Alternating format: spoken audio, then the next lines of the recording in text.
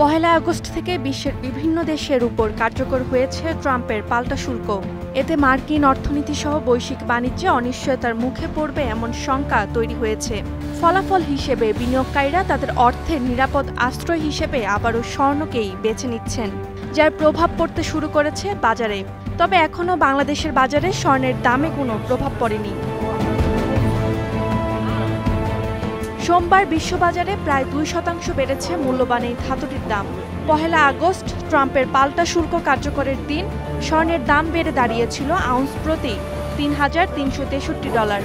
নতুন শুল্ক ঘোষণার এক মাস আগে মার্চে মার্কিন অর্থনীতির অনিশ্চয়তার জেরে স্বর্ণের দাম বেড়ে হয়েছিল $3,430। তবে এপ্রিলে প্রাথমিকভাবে শুল্ক ঘোষণার পর তা আবার কমতে থাকে।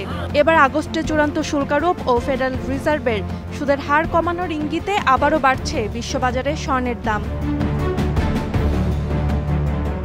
স্বর্ণ আমদানিতে বিশ্বের শীর্ষ দেশ ভারত ও সুইজারল্যান্ডের উপর যথাক্রমে 25 ও 39% শুল্কারোপ করায় স্বর্ণের দামে প্রভাব পড়েছে বলে জানিয়েছেন বিশ্লেষকরা।